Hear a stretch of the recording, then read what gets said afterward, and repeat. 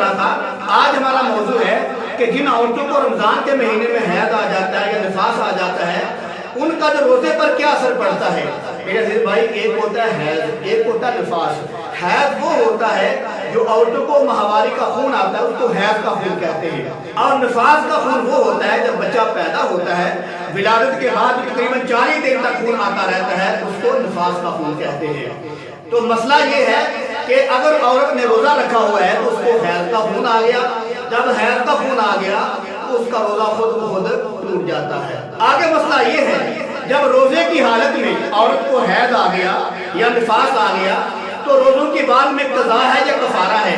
میرے عزیز بھائی، یہ شرعی عذر ہے عورتوں کا کہ اگر روزے کی حالت میں عورت کو حیض آ جائے یا نفاس آ جائے تو بعد میں صرف قضا کرے گی، کفارہ نہیں ہے۔ یہ شرعی عذر ہے، بعد میں روزوں کی قضا کر لے۔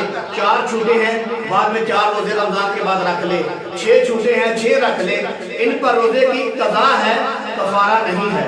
آگے مسئلہ یہ ہے، بعض عورتیں ہیں کہ روزہ رکھنے کے شوق میں دوائی کھا کر اپنے حیض کے خون کو، ماہواری کے خون کو بند کر لیتی ہیں، تو کیا روزہ رکھنے کے شوق میں یا روزے پورے کرنے کے شوق میں دوائی کھا کر حیض کے خون کو بند کرنا کیا یہ جائز ہے؟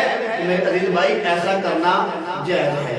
آگے مسئلہ یہ ہے، عورت کے حیض اور نفاس کی وجہ سے جو روزے چھوٹے تھے، جو اس نے قضا کرنے ہیں بعد میں، وہ اکٹھے قضا کرے یا الگ الگ کر کے؟ میرے عزیز بھائی، اس کو اجازت ہے، چاہے تو وہ اکٹھے روزے قضا کر لے عید کے بعد، چاہے وقفہ ڈال کر لے، 1 دن کا وقفہ ڈال لے، ہفتے کے بعد رکھ لے، اس کے لیے جائز ہے، لیکن کوشش کرے کہ جلدی رکھ لے، لیکن اکٹھے رکھنا ضروری نہیں، چاہے تو اکٹھے رکھ لے، چاہے تو ان کی قضا جو ہے الگ الگ کر کے کر لے، دونوں طریقوں سے جائز ہے۔ آگے مسئلہ یہ ہے، عورت نے کفارے کے روزے رکھنے تھے، کفارے کے روزے رکھنے تھے۔ کفارے کا روزہ کہتے ہیں جس عورت نے جان بوجھ کر روزہ توڑ دیا ہو، اس پر کیا ہوتا ہے؟ کفارہ واجب ہو جاتا ہے۔ اور کفارے کے روزے ہوتے ہیں 2 مہینے کے لگاتار روزے۔ عورت جو ہے کفارے کے روزے رکھ رہی تھی تو درمیان میں اس کا جو ہے وہ حیض کا مسئلہ ہو گیا۔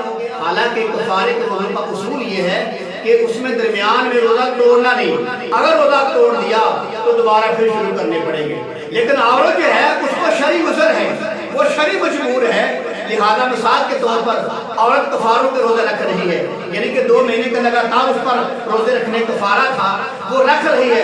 ابھی اس نے 20 روزے رکھے ہیں تو اس کا حیض کا خون آ گیا، روزے اس کے رک گئے، تو اب کیا کرے؟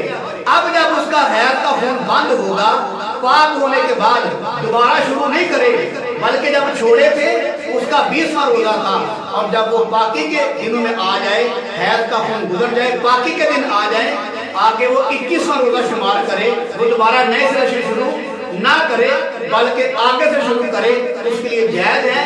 اس طریقے سے عورت کے روزے جو ہیں وہ 60 روزے اس کے پورے ہو جائیں گے۔ کفارے کے روزے اگر مرد ہے تو وہ لگاتار روزے رکھے، اگر درمیان میں ایک بھی چھوٹ گیا تو اس کو نئے سے شروع کرنے پڑیں گے۔